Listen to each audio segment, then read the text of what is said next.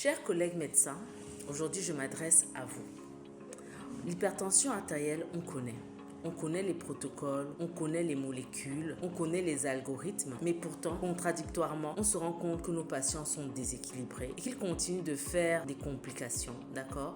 La prévalence des AVC, des maladies coronariennes, etc. ne fait qu'augmenter dans notre contexte. Et pourtant, on applique les recommandations que nous donnent les sociétés savantes, notamment européennes. Et si on n'avait pas compris une chose, à savoir que l'hypertension artérielle en Afrique n'a rien à voir avec ce qu'on nous apprend dans les manières habituelles, traditionnelles que nous avons l'habitude de consulter.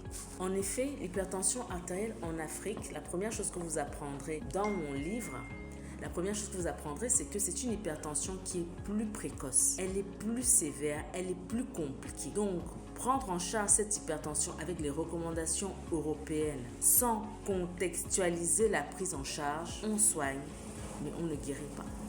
Résultat des courses, les patients sont insatisfaits et cela va créer un problème d'observance thérapeutique. La deuxième chose que vous apprendrez avec ce livre, c'est que le vrai traitement commence par une meilleure relation médecin-patient, d'accord ?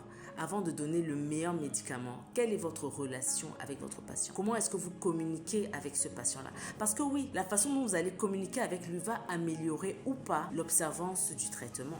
Et si l'observance change, la tension va forcément diminuer et les complications aussi vont moins survenir. Troisième révélation que vous apportera ce livre, c'est une stratégie contextualisée à nos réalités africaines, en intégrant l'hygiène de vie du patient dans toute sa globalité, que ce soit son alimentation, que ce soit son sommeil, que ce soit la manière, donc son hygiène de vie, le sport, etc. Contextualisé et quel que soit le pouvoir d'achat, j'ai envie de dire, de votre patient.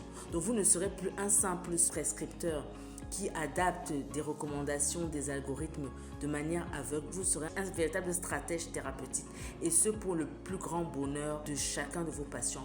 Vous ne mènerez plus vos consultations de la même façon. Donc n'hésitez pas à nous contacter si vous êtes intéressé. On se dit à la prochaine.